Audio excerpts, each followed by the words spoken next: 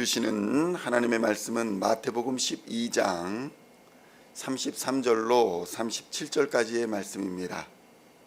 마태복음 12장 33절로 37절까지의 말씀 찾으셨으면 함께 한 목소리로 봉독하도록 하겠습니다. 나무도 좋고 열매도 좋다 하든지 나무도 좋지 않고 열매도 좋지 않다 하든지 하라. 그 열매로 나무를 아느니라. 독사의 자식들아, 너희는 악하니 어떻게 선한 말을 할 수 있느냐? 이는 마음에 가득한 것을 입으로 말함이라. 선한 사람은 그 쌓은 선에서 선한 것을 내고 악한 사람은 그 쌓은 악에서 악한 것을 내느니라. 내가 너희에게 이르노니 사람이 무슨 무익한 말을 하든지 심판날에 이에 대하여 신문을 받으리니 내 말로 의롭다 함을 받고 내 말로 정죄함을 받으리라. 아멘. 할렐루야.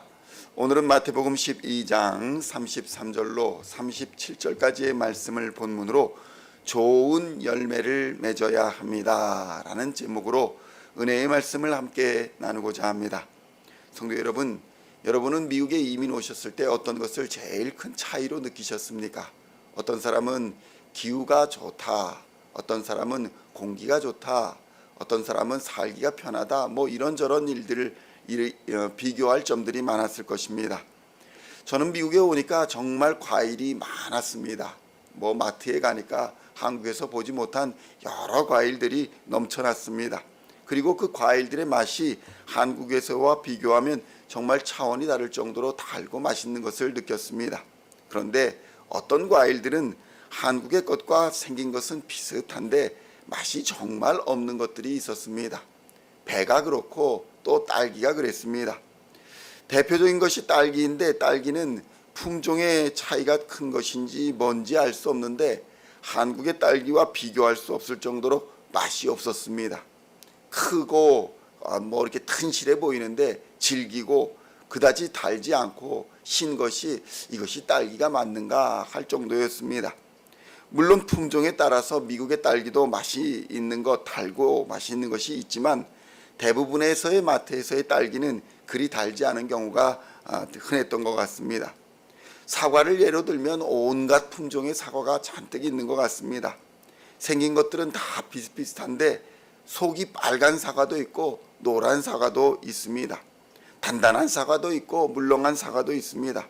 그래서 포장지에 사과의 품종을 적어놓고 당도를 표시해 놓고 이런 저런 것들을 표시해 놓아서 사람들이 그 품종만 보고서도 그 맛을 예상하고 살 수 있게끔 해놓은 것입니다. 이처럼 열매의 모양은 비슷하지만 그 맛이 다른 이유는 바로 품종에 있습니다. 이런 품종이라고 말하는 것은 유전적 형질에 따라서 구분되는 개체군을 말하는 것입니다. 품종이란 유전적 형질을 따라서 구분해 놓은 것입니다. 이런 품종이라 말하려면 두 가지의 특성을 가져야 하는데 첫 번째가 다른 품종과는 구별되는 고유한 외형과 특징이 있어야 한다는 것입니다. 둘째는 이것이 다음 세대에 그 고유한 외형과 특징이 유전될 수 있어야 품종이라고 부를 수 있는 것입니다. 성도 여러분, 이러한 식물의 품종을 구별짓는 특징은 그리스도인이라 불리는 거듭난 사람들에 대하여서도 매우 중요한 시사점을 전달해 주는 것입니다. 그리스도인이란 어떤 사람들입니까? 그리스도인들이란 영적으로 거듭난 사람들을 말합니다. 영적으로 거듭나 하나님의 자녀가 된 사람들을 말합니다. 예수 그리스도의 십자가 은혜로 말미암아 죄 사함을 받고 거듭난 사람들을 그리스도인이다 이렇게 부르는 것입니다. 이러한 사람들은 예수 그리스도의 영적인 유전자를 받은 사람들입니다. 그래서 그리스도의 모양과 외형적 특징을 가지게 되어 있다는 것을 우리는 깨달아야 하는 것입니다. 이것이 당연한 자연의 법칙이며 영적 법칙인 것입니다. 영적으로 거듭났는데도 불구하고 예수님을 닮아가지 않는다. 그러면 그 사람은 그 품종, 그러니까 과일처럼 유전적 특징을 아무것도 가지고 있지 않기 때문에 그 사람이 그리스도의 자녀다, 하나님의 자녀다라고 일컬음을 받을 수가 없게 되는 것입니다. 성도 여러분, 영적 자손은 영적으로 이어지는 것이지 육신의 자식이라고 해서 반드시 영적 자손, 영적 구원의 반열에 당연히 올라가는 것이 아니라는 사실을 우리는 깨달아야 합니다. 마태복음 12장 33절의 말씀 함께 봉독하겠습니다. 나무도 좋고 열매도 좋다 하든지 나무도 좋지 않고 열매도 좋지 않다 하든지 하라. 그 열매로 나무를 아느니라. 아멘. 성도 여러분, 나무가 좋지 않으면 당연히 좋지 않은 열매를 맺게 되어 있습니다. 그런데 이 좋다 나쁘다라는 것은 나무의 상태를 말하는 것이 아니라 나무의 품종을 말하는 것입니다. 품종이 좋지 않아도 나쁜 나무라 할지라도 건강한 나무들은 건강한 열매를 맺습니다. 그런데 건강한 열매를 맺는다고 해서 그것이 전부 좋은 열매라고 말하지 않는 것입니다. 쓰고 맛없는 건강한 열매를 맺을 것이냐, 달고 맛있는 건강한 열매를 맺는 것이냐, 이것이 큰 차이가 있다는 것입니다. 아무리 좋고 크고 튼실해 보이는 사과라 할지라도 푸석푸석하고 맛이 없다면 그 사과를 좋은 사과다라고 말하지 않는 것입니다. 우리 사람들의 영적 상태가 바로 그러합니다. 좋은 열매를 맺어야지 무턱대고 크고 튼실한 것이 좋은 것이 아니라는 것입니다. 좋은 큰 권력, 명예, 부귀 이런 것들을 맺었다고 해서 그 사람이 좋은 사람이라고 평가받지 않는 것입니다. 그리스도인은 그리스도를 닮아 그리스도의 열매를 맺어야 하는 것입니다. 그래야 그를 그리스도인이라고 평가할 수 있는 것입니다. 거듭난 자인지 아닌지는 그의 육신의 모습만을 가지고는 알 수가 없는 것입니다. 그래서 그의 열매를 가지고 그의 드러난 성품과 노력의 방향을 가지고 그가 거듭난 사람인지 아닌지를 우리는 구별해낼 수 있게 되는 것입니다. 성경은 성령의 사람은 성령의 열매를 맺는다 이렇게 말씀합니다. 사랑과 희락과 화평과 오래 참음과 자비와 양선과 충성과 온유함과 절제의 열매를 맺는다 이렇게 성경은 증언합니다. 그런데 이 9가지 열매들이 따로 떨어진 것이 아니라 한 열매에서 드러나는 맛과 향기라는 사실을 우리는 깨달아야 하는 것입니다. 사랑의 열매, 인내의 열매, 이것이 각각 떨어져 있는 것이 아니라 성령의 열매에는 이렇게 9가지 각기 다른 향과 맛이 난다는 것을 성경이 증언하고 있는 것입니다. 성령의 열매는 이처럼 다양한 맛이 조화를 이룬 아름다운 열매라는 사실을 깨달아야 합니다.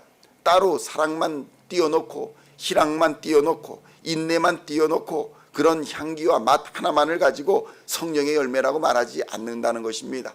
나는 인내의 사람이지만 사랑이 없어. 나는 희락의 사람이지만 오래 참음이 없어. 나는 오래 참지만 기쁨이 없어.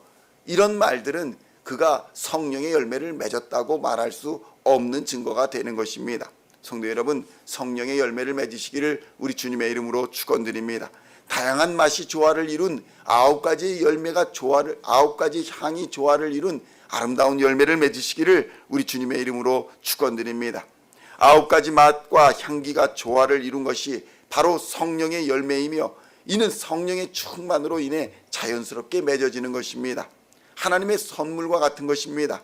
그리스도 예수라는 나무에 붙어있는 가지들과 그 가지들과 같은 자들이 누릴 수 있는 특권인 것입니다.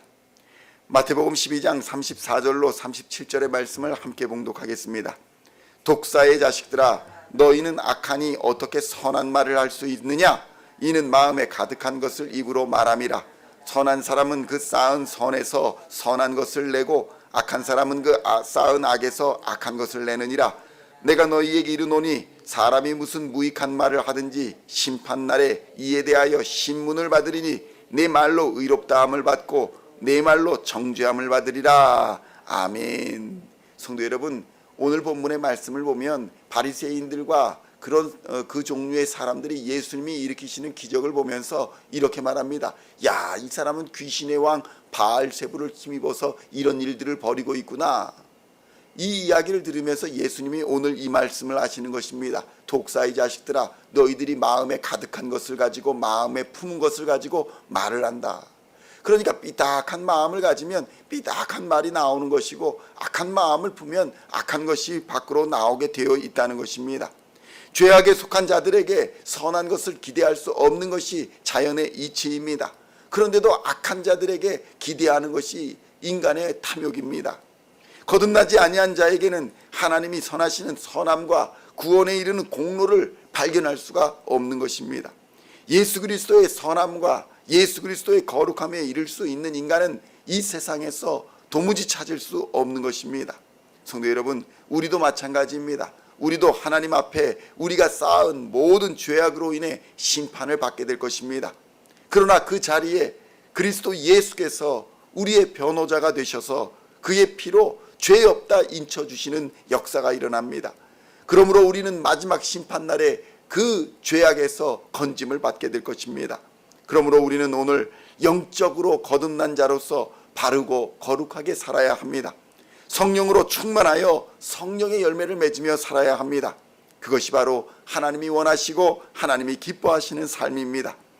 예수님의 능력을 가지고 바알세불이다, 귀신의 왕의 지배를 받아 행한 것이다, 이렇게 말하고 비난한 자들을 향해서 오히려 너희들이 귀신과 마귀의 지배를 받고 있기 때문에 하나님의 선한 성령의 열매는 맺지 아니하고 오히려 강포와 분열, 비난과 술 취함과 분노함과 여러 가지 죄악의 열매들을 맺고 있는 것 아니냐, 이렇게 지적하고 계시는 것입니다.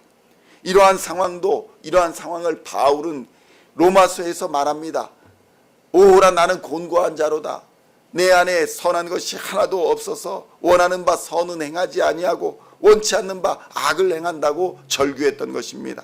성도 여러분, 인간의 내면에는 선한 것이 하나도 없습니다. 그래서 우리는 늘 성령으로 충만하여 성령의 지배를 받아야 합니다. 그렇지 아니하면 원하지 아니하는 분열의 말들, 비난의 말들, 저주와 욕설의 말들, 교만하고 거만한 말들이 우리 입 밖으로 쏟아져 나오게 되는 것입니다. 문제는 그런 말을 하면서도, 그런 행위를 하면서도 스스로는 자각을 하지 못한다는 데에 있습니다. 말씀의 거울에 자신을 비추어 보지 아니하면 자신의 그러한 참혹한 상황을 깨닫지 못하는 것이 바로 인간의 한계인 것입니다. 그러므로 우리는 늘 기도하며 그리스도 앞에서 예수님 닮기를 힘써야 합니다. 성령의 지배를 받아야 합니다. 하나님의 마음을 품고 사랑과 긍휼의 말과 행동을 하여야 합니다. 그리하면 하나님은 우리를 불쌍히 여기시다 우리가 구하고 찾고 두드리는 모든 것들에게 하나님은 좋은 것으로 응답하여 주실 줄로 믿습니다.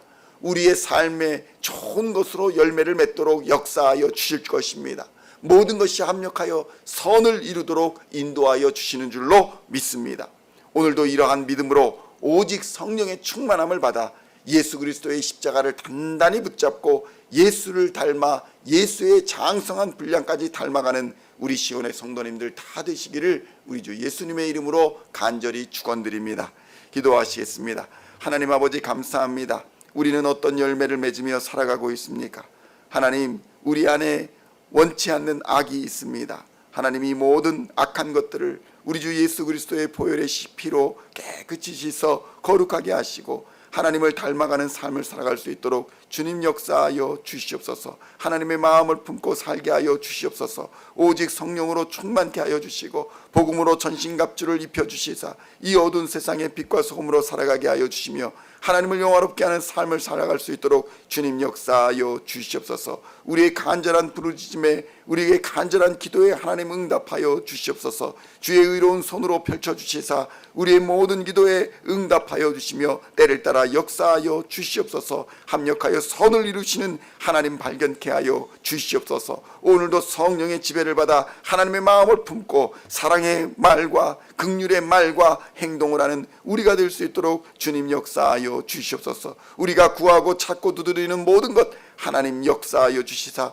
닫힌 문을 열어주시고 길을 보여 주시옵소서. 주의 의로운 손으로 인도하여 주시며 보호하여 주시옵소서. 늘 성령으로 충만하여 하나님을 영화롭게 하는 우리 시온의 성도들 다 되게 하여 주실 줄로 믿으며 우리를 구원하신 우리 주 예수 그리스도의 이름으로 간절히 기도하옵나이다. 아멘.